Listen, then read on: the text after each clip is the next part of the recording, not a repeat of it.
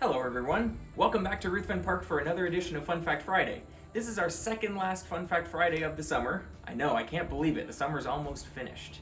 This week we're focusing on dogs here at Ruthven Park. We have a wide history with dogs here at the park. The family actually used to raise West Highland Terriers and Boston Terriers, so be sure to bring your dogs out, just make sure they're on a lead this week and come on out and visit and learn more about the history of the family with dogs.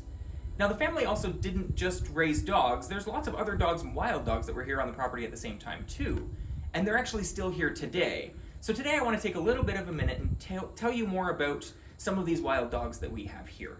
So there are four kinds of dogs that we really have in the environment here. We have our domestic dogs, like the ones that you bring when they're on their lead. We have wolves, not in this area, but they are north in Ontario. Coyotes, the eastern coyote, and red fox. We actually do have red foxes here on the property as well. Fortunately, sometimes we get to see them, even though they're very secretive. So you can see on this little chart here, they are differently shaped paws based on what they are. So a domestic dog, for instance, has a nice big paw, and their claws kind of curve inward a little bit. Wolves, their claws are very straight, so if you're up north and you happen to see a wolf paw, look for those straight claws. A coyote paw is a little bit smaller than a wolf, although they do have those straight claws. They go forward like that. And we have our fox paw, which is a little bit smaller, narrow toes, and curved in claws. So you can see them there. Sometimes you see these claws, or these paws rather. I've got a cast of one here. Sometimes you see these and they've actually got fur in the middle of them as well. So I've got a casting of a fox paw here, you can see on the plaster.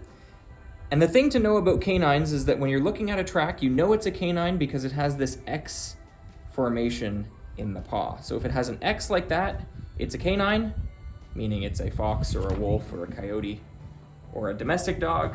And if it doesn't have that, it's something totally different. Another question I often get asked is, what is the difference between a coyote and a wolf? Well, coyotes and wolves are different, although they look very similar, and they do crossbreed too sometimes. You get coy wolves, not as frequently as we think.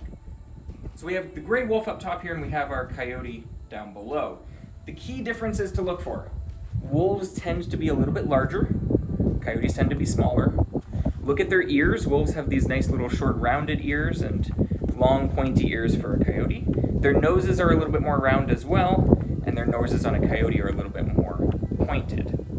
So the chances of seeing a coyote or a wolf in the wild are very slim. They are very, very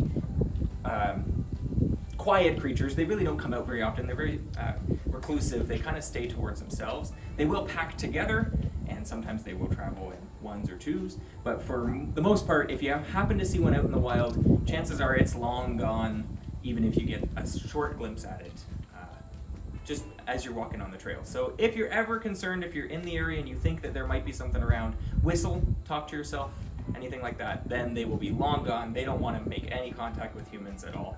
They only want to just go about their merry lives that way.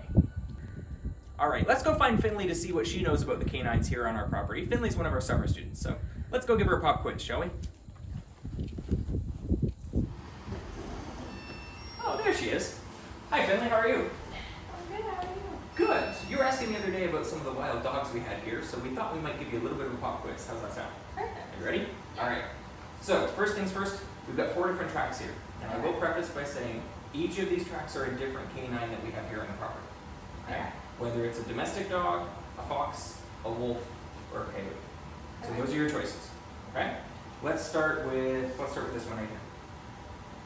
What do I think it is? Yes. A dog. You think it's a dog? Okay. It could be a dog. Looks like a dog. Very, very close. This one's actually a wild dog. This is the eastern coyote.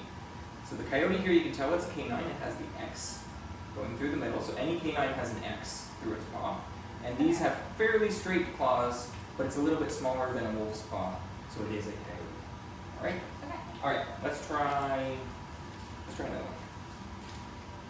Oh, let's go with this one. All right. Ready? Okay, that one's a dog. This is a domestic dog, yeah. This is the classic domestic dog paw. If any of you are familiar with Blue's Clues out there, this would signify a clue. So this is a domestic dog paw. Domestic dogs, if they're walking around, again, they got that X in it, and their claws kind of curl inward on themselves. Okay? All right. Let's go with this one. Any thoughts? A wolf. Yeah. Why did you think it was a wolf? You're right. The claws, I think. Yes. The claws are pointing straight. right? Straight forward. It's a little bit bigger. It still has that X in it, so it's a canine, and the claws are pointing straight forward. Very good. Well done. All right, the last one, process of elimination. You know that this one is a fox. It's a little bit smaller. They have narrow pads on the front, and their claws kind of curve inward as well, like that. Way to go. Thanks for playing our game. Always. Well, thank you so much, Finley, for playing our game. Be sure to come on out next week there, folks. You can visit our dog days of summer drop-in activities. Finley might learn a little bit more about the dogs that we have here too. And you can explore the grounds and see if you can find some of the historic locations where the dogs used to like to hang out here as well. So thank you so much, Finley. Come on out as well, because Finley might be able to give you a tour next week too. So come on out, have some fun, and always a good time here at Ruthven Park. So long for now. Take care.